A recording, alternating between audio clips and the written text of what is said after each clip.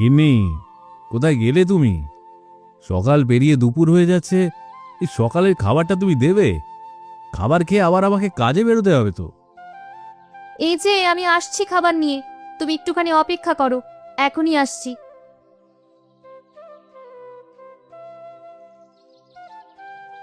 এই নাও, ধরো, দুটো রুটি ছিল আর একটু মিষ্টি ছিল, তোমার জন্য নিয়ে এলাম। এগুলো খেয়ে এখন কাজে বের হও, দুপুরে এসে ভাত খাবে। আরে দাও দাও দাও, এতেই আমার হয়ে যাবে। আমি আবার এত বেশি খাই না। রুটি তো খেয়েই ফেললাম, এখন এই মিষ্টিটাও খেয়ে ফেলি। আরে এটা কি? এটা মিষ্টি না অন্য কিছু? এই তো দেখছি মিষ্টির মধ্যেই মরিচ। আরে ও গিন্নি, এটা তুমি কি করলে গো? কেন, আমি আবার কি করলাম? আমি যা করেছি তোমার ভালোর জন্যই করেছি। তুমি একবার ভেবে দেখো তো, ডায়াবেটিস কত বেড়ে গেছে মানুষের। তুমি এই কারণে মিষ্টির মধ্যে মরিচ দেবে? এটা কোনো কথা হলো? তাহলে এটার নাম আর মিষ্টি রইল? সে না থাকলে না থাকবে, তাতে আমার কি? আমার যা করার আমি সেটাই করেছি। তুমি খেয়ে তাড়াতাড়ি কাজে যাও তো।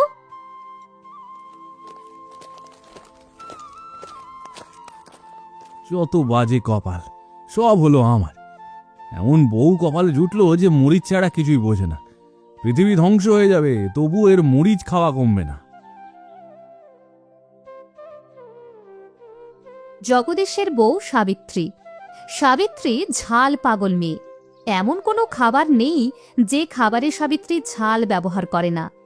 সাবিত্রীর জন্য জগদীশের জীবনটা একেবারে ঝালময় হয়ে উঠেছে।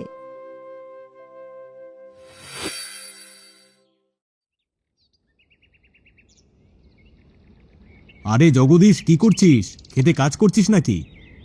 দেখতেই তো পাচ্ছ নিমাইদা, তোমার কি খবর বলো তো? আজকাল তো তোমাকে আর দেখাই যাচ্ছে না। কি আর দেখবি, আমাকে তো নেমন্তন্ন করিস না, তাই দেখিসও না। আমি হলাম ভোজন রসিক মানুষ, আমি থাকি নেমন্তন্নের ওপর।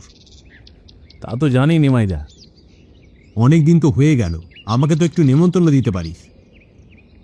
নেমন্তন্ন দেওয়া যায় নিমাইদা, কিন্তু বুঝতেই তো পারছো আমাদের সংসারের অবস্থা। তবুও তুমি একবেলা খাবে, তাতে অবশ্য আমাদের কোনো আপত্তি নেই। আরে আমার নেমন্তন্নে বেশি খাবার দাবার লাগে না, তোরা যা খাবি আমিও ঠিক তাই খাবো। হ্যাঁ ঠিক আছে তাহলে আর কি, আগামীকাল দুপুরে আমার বাড়িতে তোমার নেমন্তন্ন রইল। আমরা যা খাবো তোমাকেও না হয় তাই খাওয়াবো। আমি আগামীকাল দুপুরেই তোদের বাড়িতে পৌঁছে যাব। তবে আমার কিন্তু একটা শর্ত আছে, খাওয়া দাওয়া করার পর তুমি কিন্তু আর আমাদের বাড়িতে বসে থাকতে পারবে না, তোমাকে সেখান থেকে দ্রুত প্রস্থান করতে হবে। ঠিক আছে ঠিক আছে, খাওয়ার পর আমি তোদের বাড়িতে থাকবো না, আমি চলে আসব। হয়েছে তো, এবার যাই রে, অন্য এক জায়গায় আবার নেমন্তন্নে যেতে হবে। আগামীকাল দুপুরে আমি তোদের বাড়িতে পৌঁছে যাব।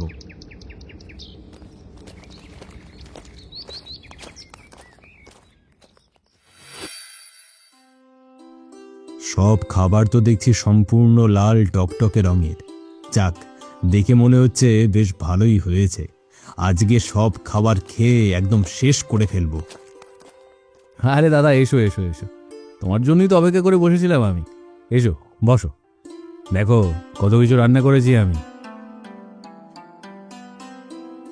বাবা রে, এই তো দেখছি ঝাল আর ঝাল। প্রত্যেকটা খাবারে এত পরিমাণ ঝাল কেন বুঝতে পারছি না, কিন্তু নেমন্তন্ন যখন খেতে এসেছি সব কিছু তো খেতেই হবে, কষ্ট করে হলেও খেতে হবে।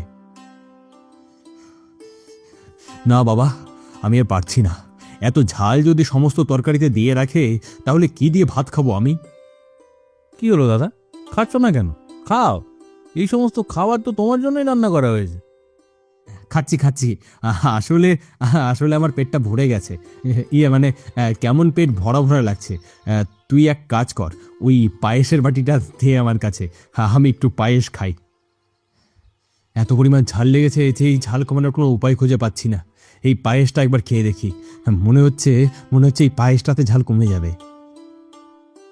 ওরে বাবারে, পায়েসের ভেতরে এত ঝাল এলো কোত্থেকে? এটাকে আমি চেয়ে চেয়ে নেমন্তন্ন চেয়েছি, এটারই ফল? নাকি নাকি এরা সব খাবারই ঝাল দেয়? এখান থেকে এক্ষুনি পালাতে হবে, না হলে প্রাণ নিয়ে আর বেঁচে থাকতে পারবো না। আরে দাদা, যাচ্ছ কোথায়, যাচ্ছ কোথায়? এই সমস্ত খাবার শেষ করে তবে তো যাও। বলেছিলাম না, খাওয়ার পরে এক মুহূর্ত আমার বাড়িতে বসে থাকতে পারবে না, কারণ ঝালের কারণে দৌড়ে পালাতেই হবে।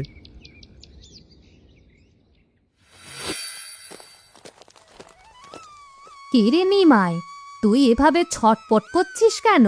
কি হয়েছে? কি রে, পালাচ্ছিস কেন? বলি, কেউ কি তোকে তাড়া করেছে নাকি? না গো বুড়িমা, ভাড়া করবে কে? যে পরিমাণ খাবার খেয়েছি আর যা খেয়েছি, তাতে আর বসে থাকার কোনো জো নেই। আহা, কি বলছিস কি তুই? তোর মতো খাদ্যরসিক মানুষজন যদি এমন কথা বলে, তাহলে তো চিন্তার বিষয়। এই গ্রামে তো তুই বেশি খেতে পারিস। এই গ্রামে আমি বেশি খেতে পারি এটা ঠিক, কিন্তু আমি তো বেশি ঝাল খেতে পারি না। এই গ্রামে ঝাল খাওয়ার ওস্তাদ হলো ওই জগদীশের বউ। এখানে আবার ঝাল খাওয়ার কথা এলো কোত্থেকে? এই ঝালের কারণেই তো আমাকে পালাতে হচ্ছে, দৌড়তে হচ্ছে। কি করব বুঝতে পারছি না। জগদীশের বাড়িতে গেছিলাম নেমন্তন্ন খাবার জন্য, ওর বউ প্রত্যেকটা খাবারে ঝাল মিশিয়েছে, এমনকি পায়েসেও। বলি, তুই কি পাগল হলি নাকি? তুই খাবারের জন্য পাগল হয়ে গেছিস যে ওর বাড়িতে তোর নেমন্তন্ন খেতে যেতে হয়েছে?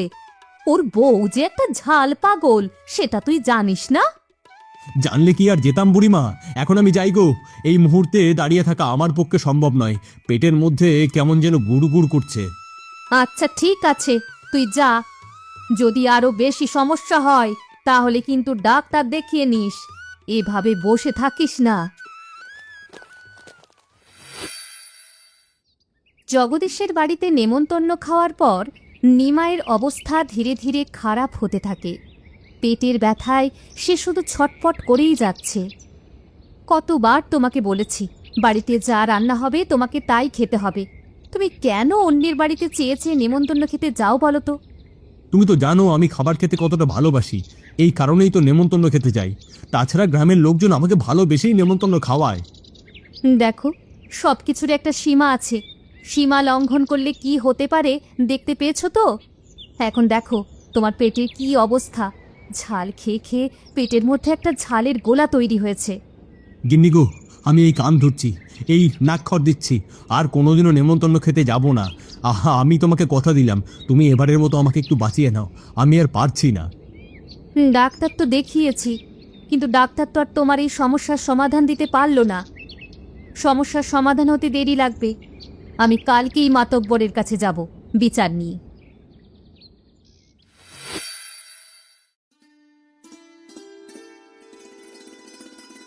কি গো বৌমা, তুমি এই বেলাতে এখানে এসে দাঁড়িয়ে আছো কেন? কি হয়েছে আবার? আর কি হবে, কপাল পুড়েছে আমাদের। আপনি যদি এর বিচার না করেন তাহলে কিন্তু এর একটা হ্যাস্ত করেই ছাড়বো আমি। আরে কি হয়েছে না বললে আমি বিচার করব কিভাবে? আমাকে তো সব কথা জানাতে হবে। আমি তো আর কোনো সাধু নই যে সবকিছু জেনে যাব। আপনি তো জানেন আপনাদের ছেলে কেমন ভোজন রসিক মানুষ, সবার বাড়িতে নেমন্তন্ন খেয়ে বেড়ায়। গতকালকে জগদীশের বাড়িতে ওর নেমন্তন্ন ছিল। হ্যাঁ, তো কি হয়েছে? জগদীশ কি ওকে নেমন্তন্ন করে খাওয়ায়নি? হ্যাঁ খাইয়েছে, কিন্তু এমন খাওয়া খাইয়েছে যে এখন বিছানায় পড়ে থাকতে হচ্ছে ওকে। ওর বউ একটা মরিচ পাগল মহিলা, সমস্ত খাবারে মরিচ মিশিয়ে দিয়েছে। এমনকি পায়েস, যেই পায়েস মিষ্টি হয় সেই পায়েসেও মরিচ মিশিয়ে দিয়েছে। মরিচ মিশিয়ে দিয়েছে? এটা কি শত্রুতা করে দিয়েছে নাকি এমনি দিয়েছে? তা তো আর আমি জানি না। এই বিষয়ে আপনি বিচার করবেন, আপনি তদন্ত করবেন। ইচ্ছে করে মিশিয়েছে নাকি এমনি এমনি করে মিশিয়েছে সেটা তো বড় ব্যাপার নয়। বড় ব্যাপার হলো এই মরিচ খেয়ে আপনাদের ছেলের অবস্থা খারাপ হয়ে গেছে। ঠিক আছে, তোমার অভিযোগ আমি গ্রহণ করলাম। তুমি চাও আমি জগদীশকে ডেকে এই বিষয়ে কথা বলবো।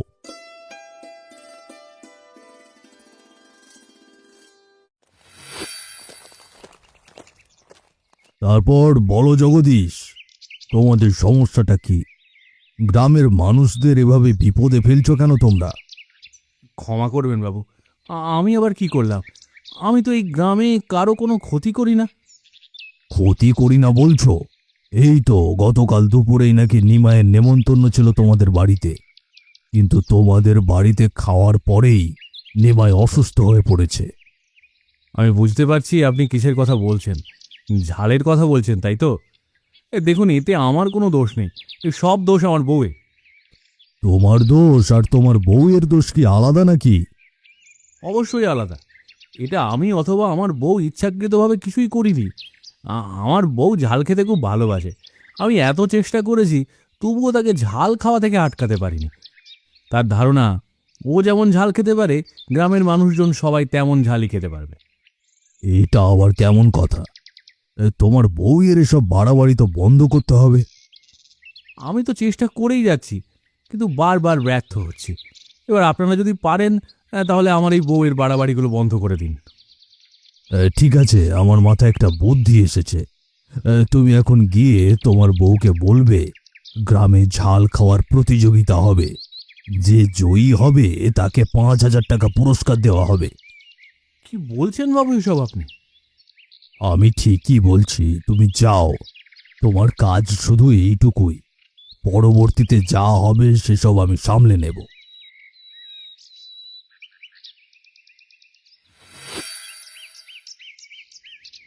ওমা, তাই নাকি? কি বলছো তুমি? এ তো একটা খুশির খবর। তুমি এতক্ষণে আমাকে জানালে, আগে জানাতে পারোনি? দূর, আমিও আগে জানতাম নাকি? আমাকে তো মাতব্বর মশাই নিজে ডেকে নিয়ে জানিয়েছেন। এবার তুমি বলো, অংশগ্রহণ করবে তো? আরে করব না মানে? যেখানে আমি ঝাল খেতে এত ভালোবাসি, সেখানে নিজেকে প্রমাণ করার একটা সুযোগ পেয়েছি, তা আমি ছেড়ে দেব? তার উপরে আবার 5,000 টাকা পুরস্কার। দেখো, আমি কিন্তু তোমাকে নিয়ে সবার কাছে বড় কথা বলে এসেছি। আমার মান তুমি রেখো, ঠিক আছে? আরে তুমি শুধু দেখো আমি কি করি। হ্যাঁ গো, কবে প্রতিযোগিতার আয়োজন শুরু হবে আমাকে তুমি এসে জানাও। আগামী পরশু প্রতিযোগিতা হবে। তুমি সেই হিসেবে নিজেকে প্রস্তুত করো। তোমাকে কিন্তু জিততেই হবে, না হলে আমার মান সম্মান বলে কিন্তু কিছুই থাকবে না। আচ্ছা ঠিক আছে, ঠিক আছে। যথারীতি প্রতিযোগিতা শুরু হয়। সাবিত্রী নিজের বিপক্ষে একটা বাচ্চা ছেলেকে দেখে খুব খুশি হয়ে যায়। এই বাচ্চা ছেলেটা আমার বিপক্ষে লড়বে? এই বাচ্চা ছেলেটাকে তো আমি এক তুড়ি মেরেই হারিয়ে দেব, আর ওই 5,000 টাকা আমার হবে। কি ভাবছো তুমি, পারবে তো? আরে তুমি আমাকে কি মনে করো শুনি? এই যে বাচ্চা ছেলেটা আমার সাথে লড়তে এসেছে, এই বাচ্চা ছেলেটাকে আমি এক তুড়ি মেরে হারিয়ে দেব না? তুমি শুধু দেখো আমি কি করি। বৌমা, দেখো, তুমি কিন্তু আমাদের গ্রামের মান সম্মান, আমাদের গ্রামের নাম উজ্জ্বল করতেই হবে। তোমাকে কিন্তু এই প্রতিযোগিতা জিততেই হবে। আমার এটা দেখে বড় ভালো লাগছে যে আপনারা সবাই আমার উপরে এত ভরসা করছেন। দেখবেন, আমি আপনাদের মান রাখার সর্বোচ্চ চেষ্টা করব, এবং আমি এটা অবশ্যই বলতে পারি যে আমি আপনাদের মান রাখবই রাখবো। আমি ঠিক জয়ী হব। আপনারা আয়োজন শুরু করুন। বেশ, তাহলে প্রতিযোগিতা শুরু হোক। এই তো দেখছি বড্ড বেশি ঝাল। হ্যাঁ, এত ঝাল খেতে পারবো তো?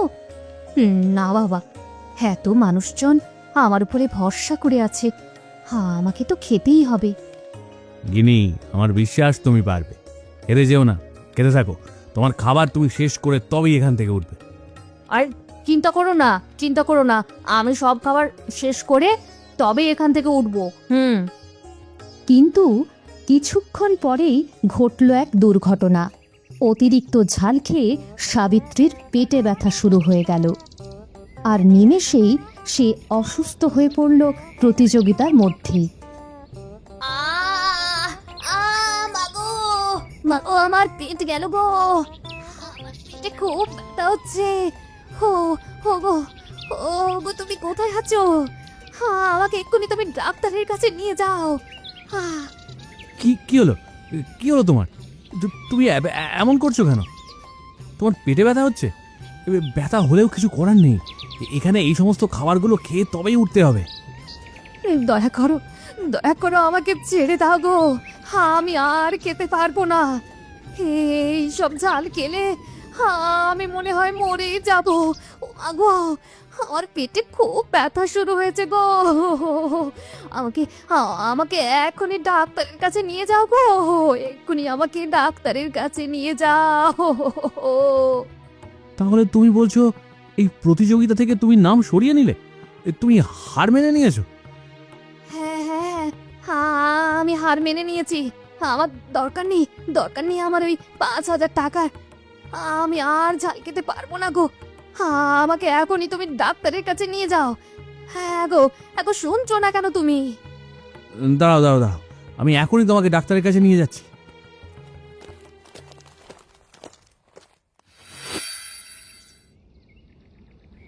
আহ, আহ, আর পারি না গো, আর পারি না। এই পেটের মধ্যে কেমন জ্বালা যন্ত্রণা করছে গো। মনে হচ্ছে পেট পুরো গরম হয়ে গেছে। আরে বসুন বসুন, কি হয়েছে আপনার? আর বলবেন না ডাক্তারবাবু, দেখেন তো অতিরিক্ত ঝাল খাওয়ার ফলে পেটে ব্যথা শুরু হয়ে গেছে। আপনি একটু দেখুন। সব কিছুই তো দেখলাম, যা দেখলাম তাতে মনে হলো অতিরিক্ত ঝাল খাওয়ার কারণে ওনার পেটে একটা ঝালের গোলা তৈরি হয়েছে। আর এখন যদি কান্না করে অথবা হাসে তাহলে চোখ দিয়ে গরম জল বের হবে। ডাক্তারবাবু তাহলে কি এই সমস্যার থেকে সমাধানের কোনো উপায় নেই? দেখুন, কোনো কিছুই অতিরিক্ত ভালো নয়। আপনি ঝাল খেতে ভালোবাসেন, এটা ঠিক আছে। আপনি একটা সীমার মধ্যে থেকে ঝাল খাবেন।